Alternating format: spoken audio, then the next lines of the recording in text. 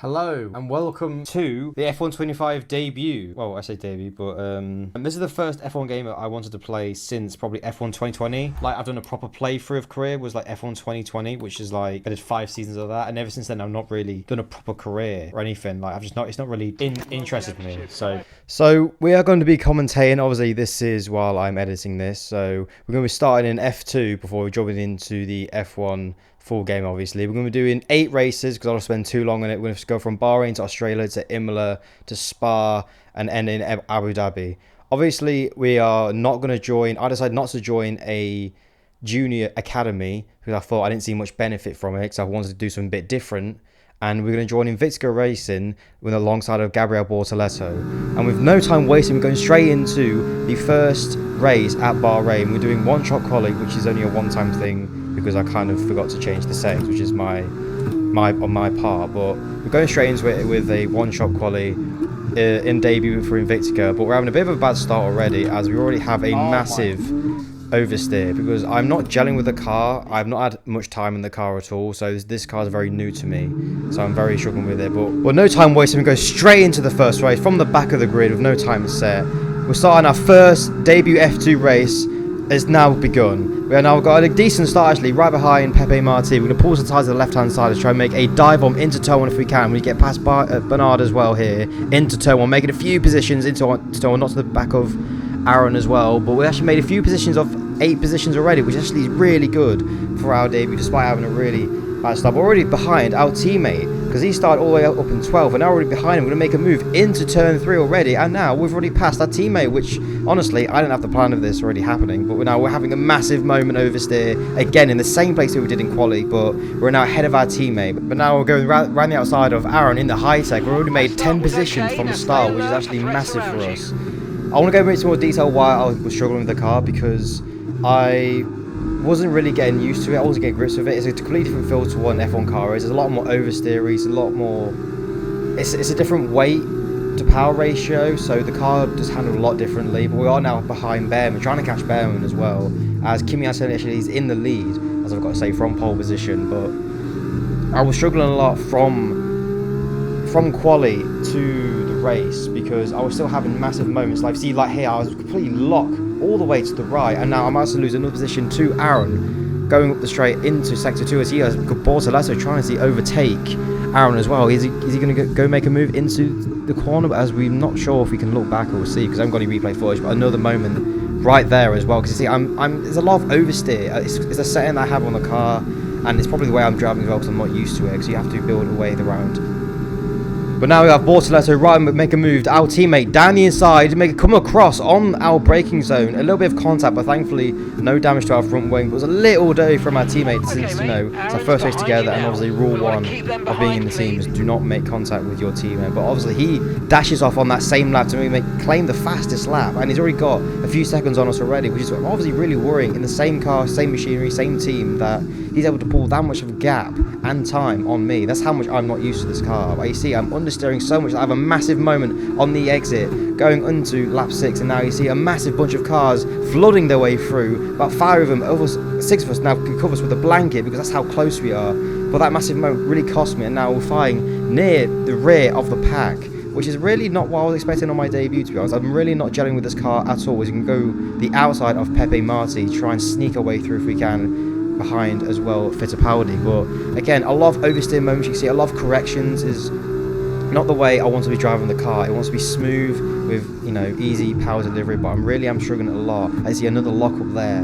It's really not gelling well for me at all. So again, another oversteer moment. It's the saying in the car I must have, and the way I'm driving, I'm not used to this car at all, as Pepe Marti now sends it down the inside and takes the position from me.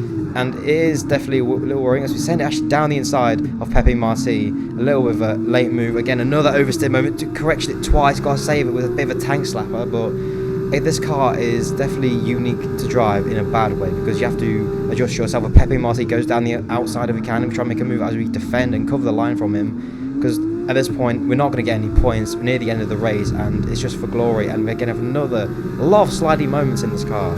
And I need to change something in the car, because I'm not happy, as we now have Pepe Marti on our right and Cordial on our left going the outside. We try and make a little bit of a late send, but it was a bit of a big ask really from us, as it was really late from us. But now we're trying to even try and fight against the high tech and everyone in people P20 and 19. As you see, the rear of the field just behind us, so we could be last anytime soon if we make another mistake. But as you see, Pepe Marti starts to have a bit of a pull away. We have another on the last lap, massive moment, as now we're going to lose another spot and potentially two if Zane Maloney gets passes on the line, which he does, and that means we are having an awful start to our F2 career, which wasn't what we had planned. But Bortoleto, from the speed he had, takes the win from absolutely nowhere, taking from Kimi Antonelli from second and Dennis Hauger actually on third.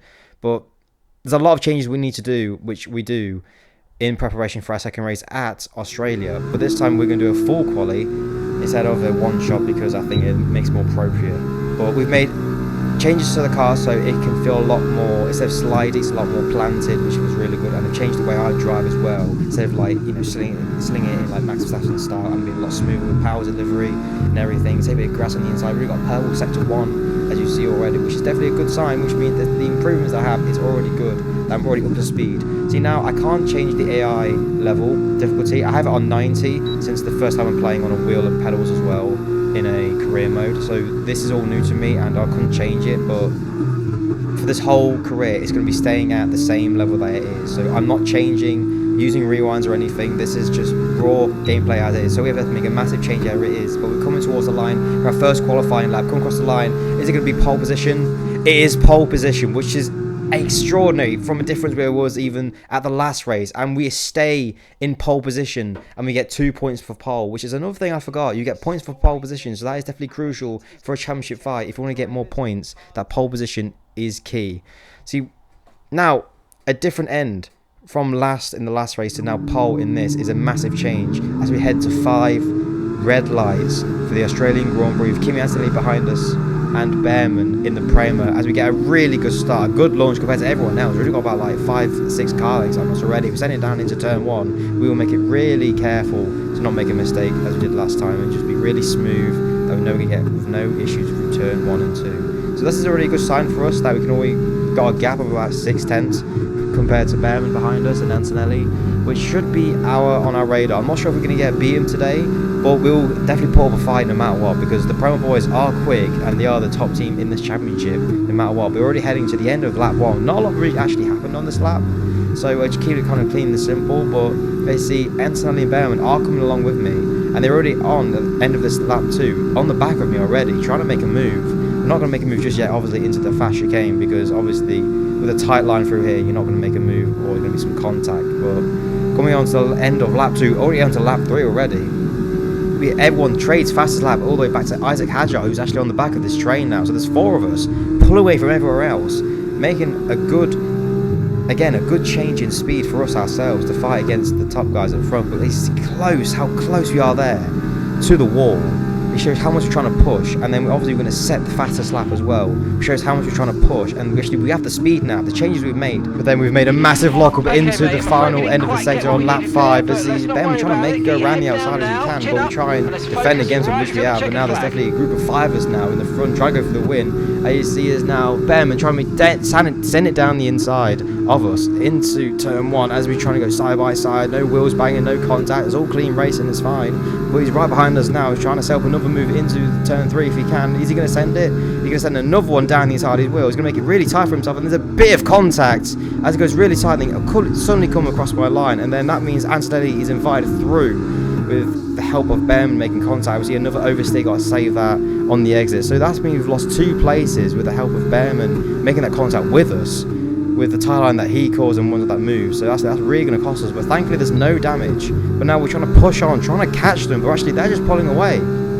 Ever since they got past, they just had the speed, and I can catch up to them. Despite I've now got a purple sector trying to make the move. I was struggling a bit of speed, and you see through here it's struggling. But then I went down, almost out, because anymore, and I think I could have been round and potentially out, but thankfully I wasn't. I kept it really clean. But then I had made another lockup into here with Isaac Hadjar now sending down the inside, a little bit of wheel banging, but that's okay, down the inside, and we're trying to get the place, but he actually keeps ahead of us. So now we're going to try and keep ahead of Hadjar if we can, if we try and make a move to try and get this first podium in this championship, because honestly this would mean a lot compared to what the last race was, and definitely for our championship title, because if we don't have another podium here, we are going to struggle. But now we can go into the slipstream of it, trying to open DRS 3-2-1 now, and then we try and pull alongside him to the left, down the inside, and we should have the place ahead of him now. So into the fast chicane, and it should be ours really. But if it comes through the final corner, Bearman's going to win the race. We're going to come through for our first podium, which is massive for us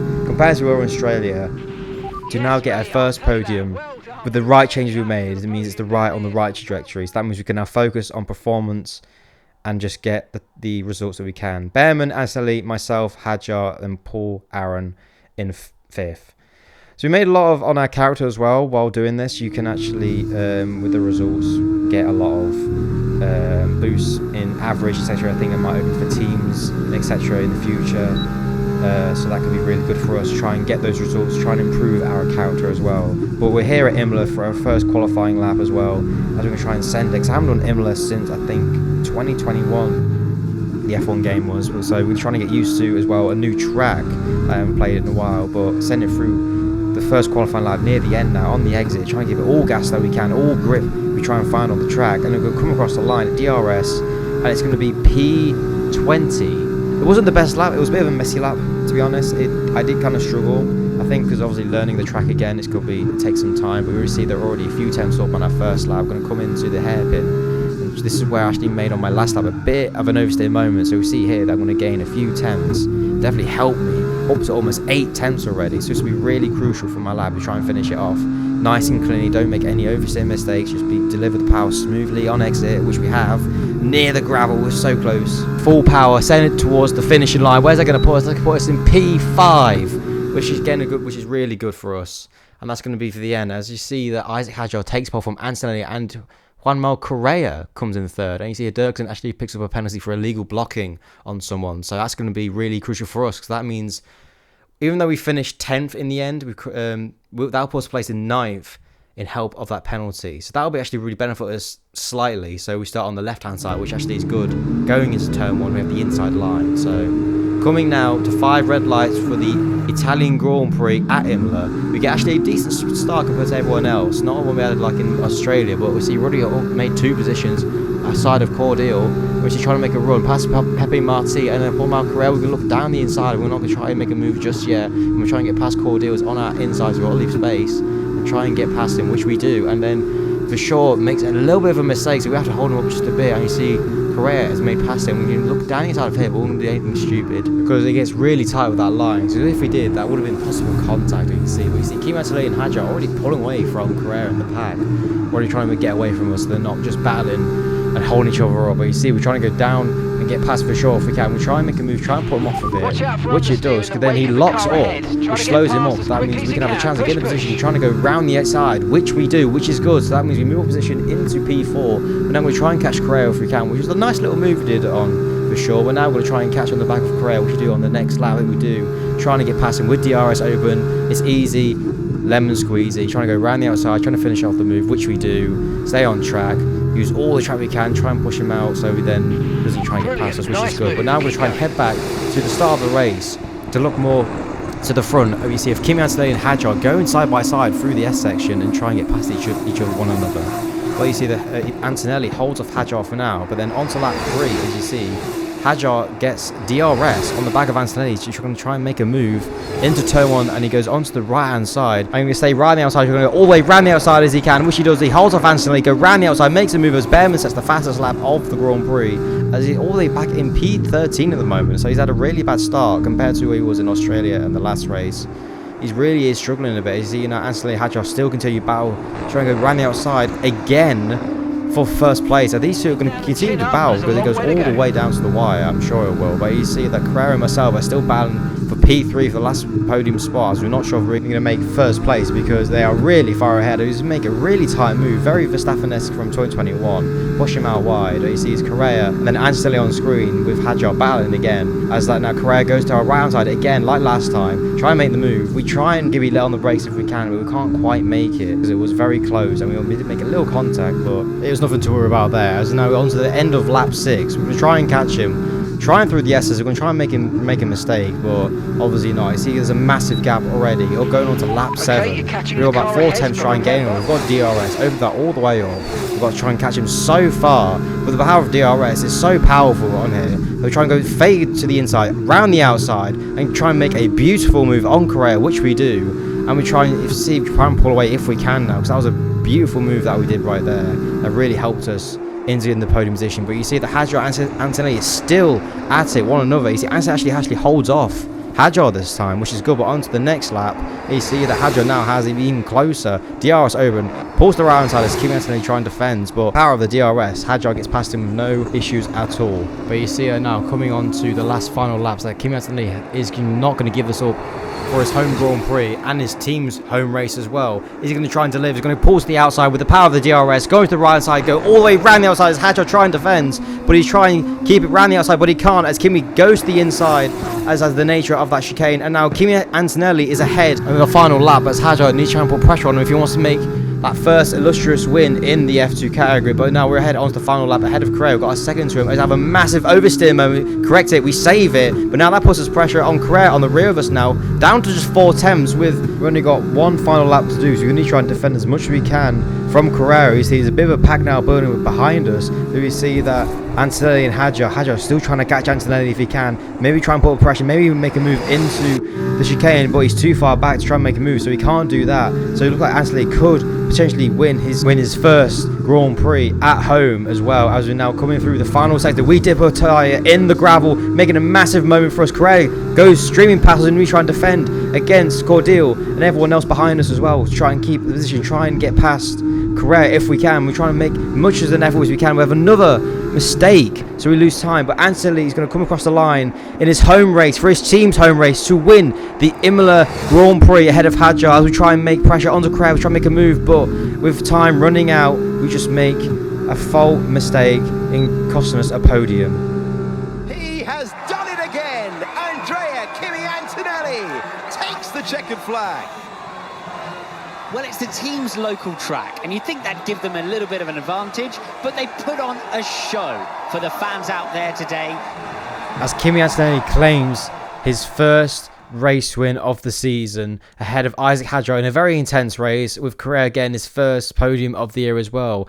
And this is the championship total so far of Kimi Antonelli leading from Behrman, his teammate, from Hadjar and myself in P4. So we still got a lot of work to do, but I'm definitely feeling a little more confident going into Austria that we have the car under us, we have the setup. We go a little wide, setting up on for our qualifying lap, but we're definitely gelling with the car much more. We're making more improvements within settings, with myself adjusting to the car as well. And we're just getting ahead of the pack coming out for their qualifying lap at the end of the session. And we're heading down into turn 3 as we're making a final pit of the sector, coming through the final few corners, trying to set a decent banker lap time as we go pole position. And we're seeing that confidence is growing and growing with this car every time we get more time in the seat of the car as well. I'm starting to understand it a lot more, how to drive a lot more smoother, which definitely is helping me how the outputs and results are coming. And we see we gained 4 attempts into turn 3 as we made a mistake on the last lap, and we were a little bit tight through here, which definitely cost us a little, but not too much. We're nearly 5 attempts up. We're still in pole position, which is good, with only 10 seconds before the end of the session. So we're going to get one more flying lap with another fastest lap of the session. So we're going to go one more time to try and improve, just in case anyone tries and snatches it at the death of it. But we're already a 10th down into the half of the lap, which isn't good for us, but we're catching on the way into the final lap. No one's improved, so this is all down to us trying to make one for glory, one ahead of us. We're a 10th up, it's going down, it's come down to 600, so we're going to improve one last time. And that is pole position, and that is really strong for us, that we're ahead by 4 tenths of Franco Colapinto and Ollie Behrman, definitely one of the title favourites. As we see that the standings update for us, then we're still in P4, but definitely a lot closer now, starting on pole.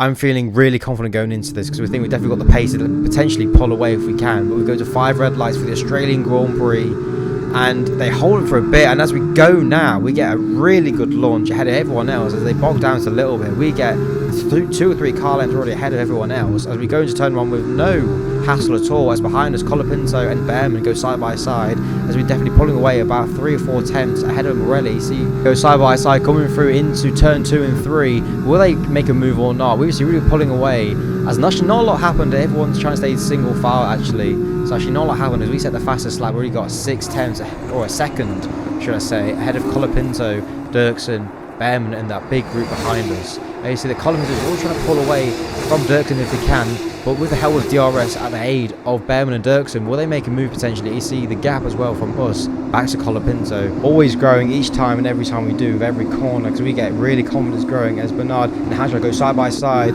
As that now Hadjar makes a move around the outside of Bernard, and he's trying to get Antonelli into the invitation as well, down the outside as well, because this is crucial for his championship as well, as he leads, and he goes round the outside of Bernard and try and stay ahead of him, go round, fully round the outside of him. That's really a great move from Kimi Antonelli, the championship leader, as now Bernard trying to fight back with the power. It's just a straight runs the lines. Antonelli stays down the inside as Bernard trying to hold it round the outside, and Antonelli uses muscles, trying to muscle his way through as he does, as Bernard loses the position to Antonelli, which is more benefit towards him. And behind them is Gabriel Bortoleto, our teammate, who's down in 8th with not having much best of the pace this weekend, has been struggling as we set the fastest lap. We have the pace compared to him. Definitely polar opposites from the start of the episode to now, which shows definitely the ability of us growing, as Dirksen is trying to make a move on Colapinto if he can, but it doesn't quite work, as Colapinto still trying to break away if he can, as we're building a gap away from him about nearly 2 seconds. Hadjar behind Bearman and then Anthony behind Hadjar, with these three definitely our title contenders as of so far, as Dirksen looking now to help a move down past Colapinto. The DRS now opens at the rear of his car. Will he try and gain down the straight as much as he can, as Colapinto goes defensive and Dirksen goes to try and go around the outside as much as he can? Will Colapinto hold off around Dirksen, as Dirksen goes all the way around the outside and makes the move stick, as Colapinto now is suffered with a bad exit, and that means that invites Bearman to definitely try and take a move, potentially if he can, coming down to turn 4, as Colapinto again goes defensive and Bearman goes round the outside as Dirksen pulls away from him. Give a little helping hand to Bearman with the slipstream aid to his benefit, as now Bearman uses the same tactic as Anselli did earlier in the race, as now he goes down the inside of Colapinto and it makes the move stick, as now Bearman is up into P3, trying to catch Dirksen now, as Colapinto has lost 2 positions within half a lap, which is definitely not to his benefit. And now will he stop dropping through the pack, as we see us now leading with a very healthy gap of over 3 seconds now. We're to head up into turn 3, as behind us Dirksen is trying to pull away, as now that Bearman has caught him very quickly on the next lap, as now Colapinto trying to make a move round the inside if he can, but Bearman goes round the outside of Dirksen, makes the move stick with bare traction on the delivery of power, and that means Dirksen's down to P3, and Colapinto's definitely now got Hadjar right behind him, as we're looking on Dirksen, trying to pull away, make a move back onto Bearman if we can, but Colapinto has got Hadjar right behind his gearbox, and we see Anthony trying to catch up behind him, trying to make a few more positions if he can to help with and aid his championship fight. As now on to lap 6, we see Dirksen trying to make a move on Bearman potentially. It was Bearman defense into turn 3, as now Dirksen maybe wants to try and get a move past him, trying to pull away from the group behind him if he can, as we're moored with Bortoleto, as he's still in 8th, struggling a lot, not making much progress as much as I thought. We're now on to lap 9, the penultimate lap of the race, as this is our only mistake of the race, and we just a little too much throttle, bit of a tank slapper, and that's basically our only mistake in the entire race. And we're now heading on to the final lap, and you see the massive gap behind us, back to Bearman, back to Dirksen. Shows what our pace we have for the entire race. We've been really consistent. It's about nearly 6.5 seconds from the entire race, and now we have Bearman, Dirksen, Colapinto, Hadjar, Antonelli, this massive gaggle of cars together. Will there be any positions change in the final lap? Potentially not, as there's just too big of a gap between one another. And now we're coming through this final sector of our race, a dominant performance by us, with only one mistake really of that little bit of a tank slapper. We're coming through the final corner now to win our first F2 race of the season. From where we've come from to now is a great performance. And that brings to an end another great race. Have you seen one quite as dominant as that, Jakesy? I'm not sure I have. They led every single lap of that one, lights to flag. And here come our top 3 onto the podium. As we take the spoils for our first race win of the season in fantastic domination from Bearman, from Dirksen. It's been a great race for us. Really happy with how we finish. Hadjar in 5th, Antonelli 6th, and Gabriel Bortoleto in 8th. With, remember, that first race win of the season earlier in the year. But I see Prema leading the Constructors' Championship, and now Antonelli from us in the Championship ahead of Behrman, Hadjar, or Bortoletto. And if this is the rest of the standings, if everyone's interested. But that has been the first part of our F2 journey. Tomorrow is going to be another upload of a few more races to come, and I hope you enjoy. And I hope you enjoyed this first selection of races. It's been really interesting, and I can't wait to see more.